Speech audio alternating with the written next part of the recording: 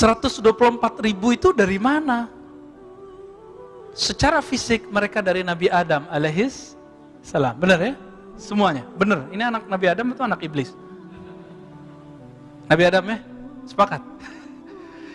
Karena semuanya keturunan Nabi Adam, semuanya keturunan Nabi Adam, Nabi Adam itu ditegur oleh Allah SWT, dikasih pengajaran. Saya pernah membahas ini.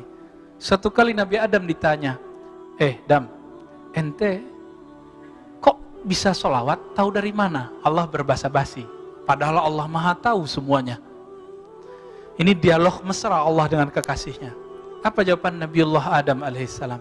Ya Rabb, aku melihat ke arasmu, ke langit sana, aras langit. Jadi langit itu ada langit yang 7, ada langit aras. Beda. Karena langit itu bahasa Arab artinya sumu. Kullu ma'ala fahuwa sama. Semua yang tinggi disebut langit. Memandang dia ke atas, surga kan sudah di Sidratul Muntaha. Sudah di atas langit ke-7, Pak. Melihat ke langit-langitnya Sidratul Muntaha, tembus pandangnya sampai ke aras Allah Subhanahu wa taala. Di situ dia melihat nama Allah dan nama Muhammad atau Ahmad. Berpikirlah Nabi Adam, tidak mungkin ini nama biasa. Pasti nama spesial. Karena nama pencipta digandengkan dengan nama seseorang. Ini coba lihat.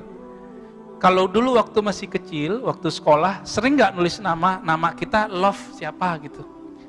I love siapa, ditulis Pak, bener gak? Bahkan perempuan-perempuan kalau nikah atau pas ulang tahun sering buat kalung simbol namanya misalnya Sinta, cowoknya namanya apa namanya?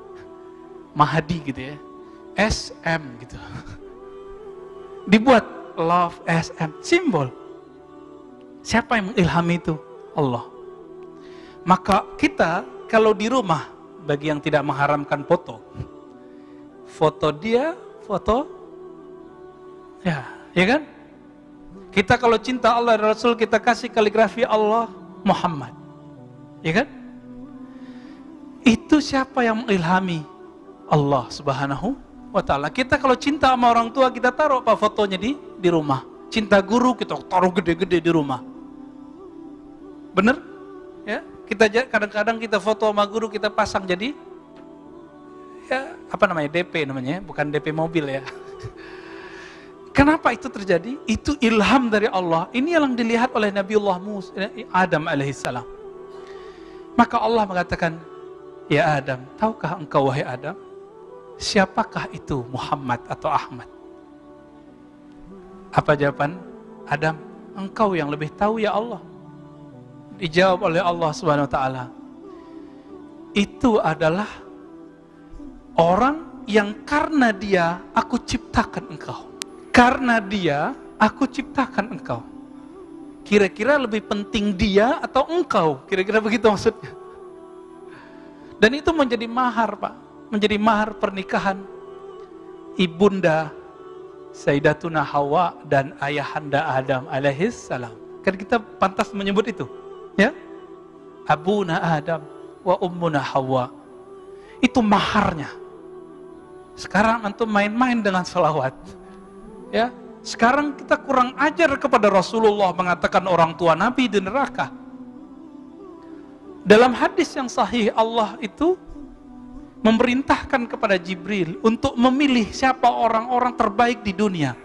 Maka terpilihlah Arab, keturunan Ismail, Adnan. Dari Adnan terpilihlah Quraisy, dari Quraisy terpilihlah Abdul Muttalib, dari Muttalib terus ya Bani Hashim, Abdul Muttalib ke bawah Abdullah, Aminah. Nabi Muhammad itu suci, benar gak? Ada yang bilang Nabi Muhammad gak suci, kafir dia. Ya, mungkinkah seorang yang suci terlahir dari rahim seorang yang musyrik? Mungkin gak? Innamal musyrikuna najasun, surat Taubah. Sesungguhnya orang musyrik itu najis. Kalau antum bilang orang tua Nabi musyrik, maka mereka itu najis, keluar dari rahim yang najis. Pantas gak ngomong begitu? Ustadz, hadisnya sahih riwayat Muslim. Iya, hadisnya sahih pemahaman ente yang tidak sahih. Kan tidak semua arti ibu dan ayah itu adalah ayah kandung, bisa menjadi paman atau tantenya. Dan itu ada dalam surah Al-Baqarah. Na'budu ilahaka wa ilaha abaika Ibrahim wa Ismail wa Ishaq. Kakek paman disebut abun bapak. Ini surah Al-Baqarah, kisah Nabi Yakub dengan anak-anaknya. Maka Bapak Saudara makan Allah, ini wali Allah pasti nggak mungkin kurang ajar sama Nabi, sama keluarga Nabi. Dan Nabi mengatakan kullu nasabin inqata'a ila nasabi. Semua nasab terputus kecuali nasabku. Maka salah satu mukjizat Nabi hari ini adalah zuriat beliau berkembang luas. Suatu kali datang seseorang bertanya, ya Rasulullah, kami tahu ucapkan salam kepada engkau, assalamu alayka ya ayuhan Nabi. Tapi secara salawat bagaimana wahai Rasulullah? Nabi nggak hanya nyebut dirinya, tapi nyebut zuriat dan istri-istrinya. Qulu Allahumma salli ala Muhammad wa ala ali Muhammad wa azwajihi wa ahli baitihi wa zurriyati, di riwayat lain. Ya Allah, sampaikan salam kepada Nabi Muhammad, istri-istri Nabi Muhammad, keluarga Nabi Muhammad, dan keturunan Nabi Muhammad sallallahu alaihi wasallam. Maka wajib cinta zuriat keturunan Rasulullah sallallahu alaihi wasallam. Ini bukan Syiah, Pak, ini Ahlus Sunnah. Ajaran Ahlus Sunnah.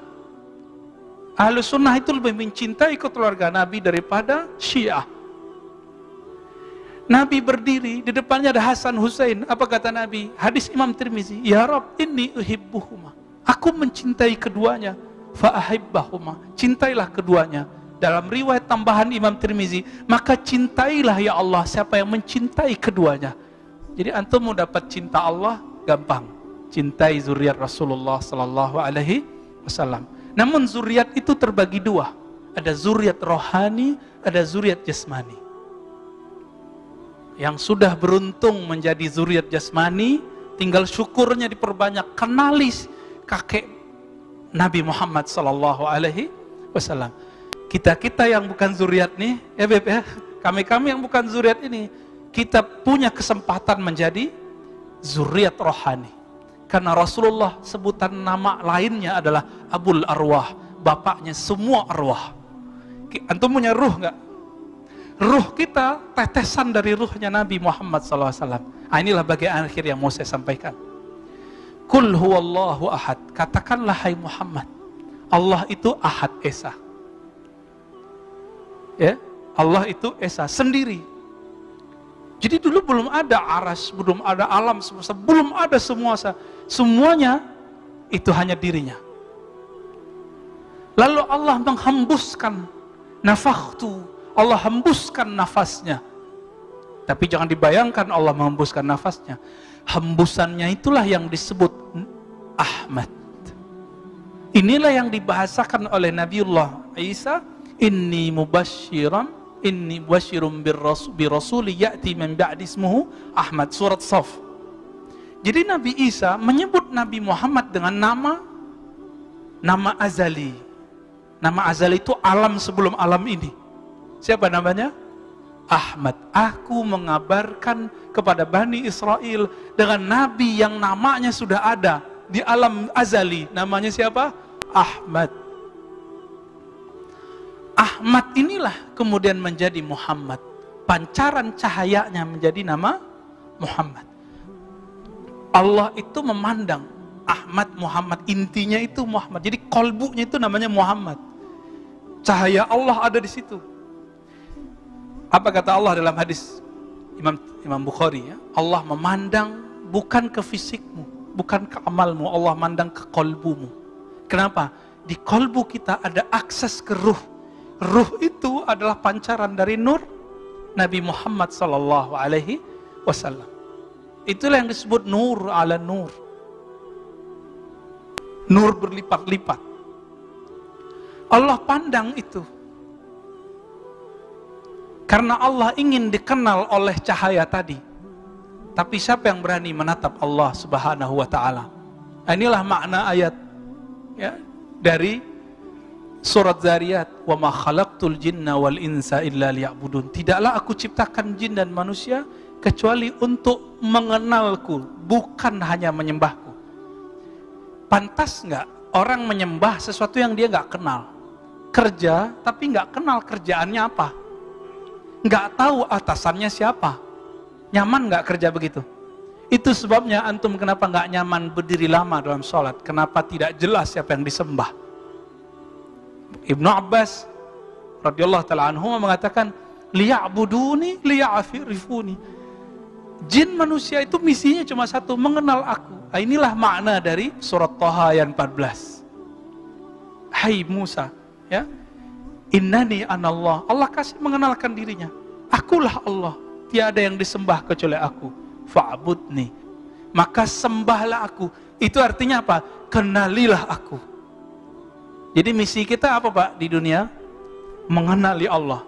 Coba sekarang misinya dijauhkan, ditaruh di tempat yang tinggi. Apa misi kita? Mengenal yang disembah. Maka kalau sudah misinya itu, kita nggak akan riwah Pak masalah-masalah kecil sunnah bid'ah itu. Nggak akan rusak cuma karena berbeda kunut nggak kunut, sayyidina nggak sayyidina, tasawuf, tazkiyatun nufus, mazhab atau manhaj. Tapi kena terjebak di sini, lupa dengan tujuan akhir, yaitu mengenal Allah. Ini yang disebut ma'rifatullah. Inilah makna inna akramakum indallahi atqakum. Orang yang paling mulia, wali yang paling tinggi, wali yang paling kenal Allah. Yang paling kenal Allah siapa? Nabi Muhammad SAW. Ketika Allah memandang kepada nur Nabi Muhammad SAW, kita kalau dipandang sama kekasih kita, guru kita, orang yang kita segani, keringetan nggak Pak? Keringetan nggak? Ya, karena Allah memandang ke kolbunya alam nur Muhammad SAW. Berkeringatlah cahaya itu. Lahirlah dari tetesan cahaya itu 124.000. Itulah penjelasan kenapa para nabi 124.000. Meninggal para nabi semuanya ditutup oleh Nabi Muhammad SAW. Maka para wali pun juga 124.000. Masih ingat perang terakhir yang paling keren? Perang Badar.